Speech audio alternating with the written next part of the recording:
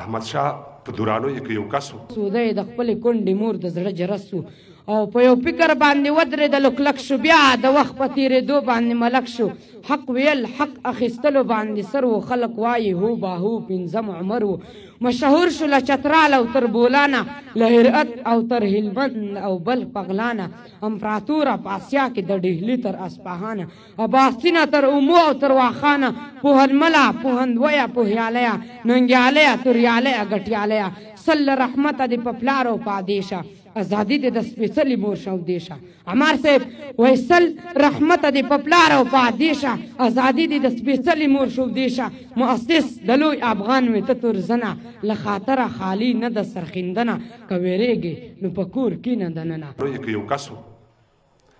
دا یې د خپلې کونډې مور د زړه جرس و په یو فکر باندې ودرېدلو کلک شو بیا د وخت په تېرېدو باندې ملک شو حق ویل حق اخیستلو باندې سر و خلک وایي هو بهو 15 عمر و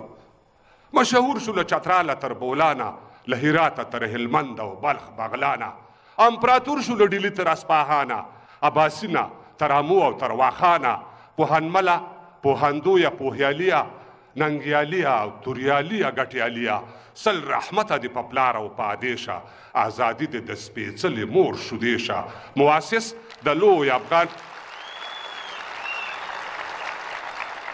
امپراتور شو له ډیلي تر اصفهانه عباسینه تر امو او تر واخانه پوهنمله پوهندویه پوهیاليه او ننګیاليه توریاليه ګټیاليه سل رحمته دې په پلار او په ادیشه ازادي دې د سپېڅلې مور شو دیشه مؤسس د لوی افغان وې ته تورزنه له خطره خالي نه د سرخندنه که ویرېږې نو په کور کښېنه دننه